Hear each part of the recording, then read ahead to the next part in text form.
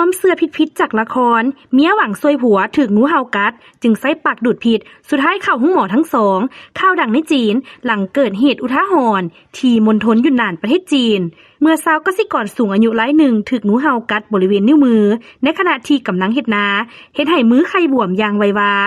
พร้อมมีอาการวินหัวและอ่อนเพลียส่วนเมียก็ตกใจจึงใช้วิธีปฐมพยาบาลตามที่เคยเห็นในละครด้วยการใช้ปากดูดพิษออกจากบาดแผลโดยกงก่อนหีบนำส่งผัวไปห้องหมอ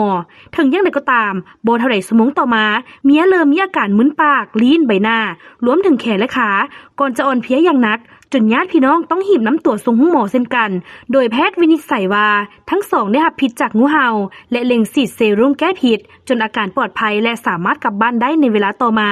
แพทย์ได้ย้ำว่าการใช้ปากดูดพิษงูเป็นความเสื่อที่พิษและอันตรายเพราะพิษสามารถซึมผ่านเหยื่อบุในช่องปากเข้าสู่กระแสเลือดได้อีกทั้งพิษงูจะกระจายเข้าสู่เนื้อเยื่ออย่างไววาจึงเป็นไปบ่ได้ที่จะดูดพิษออกจากบาดแผลได้แท้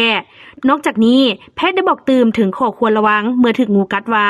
บ่ควรปาดบาดแผลใส่ไฟล้นหรือประคบน้ำก้อนเพราะอาจเฮ็ดให้อาการรุนแรงขึ้นวิธีที่ถูกต้องคือให้ผู้ถูกงูกัดเคลื่อนไหวหน่อยที่สุดรีบโทรแจ้งหน่วยกู้ภัยและหากเป็นไปได้ให้จื้อจำและถ่ายภาพลักษณะของงูเพื่อช่วยให้แพทย์เลือกใช้เซรุ่มได้อย่างเหมาะสม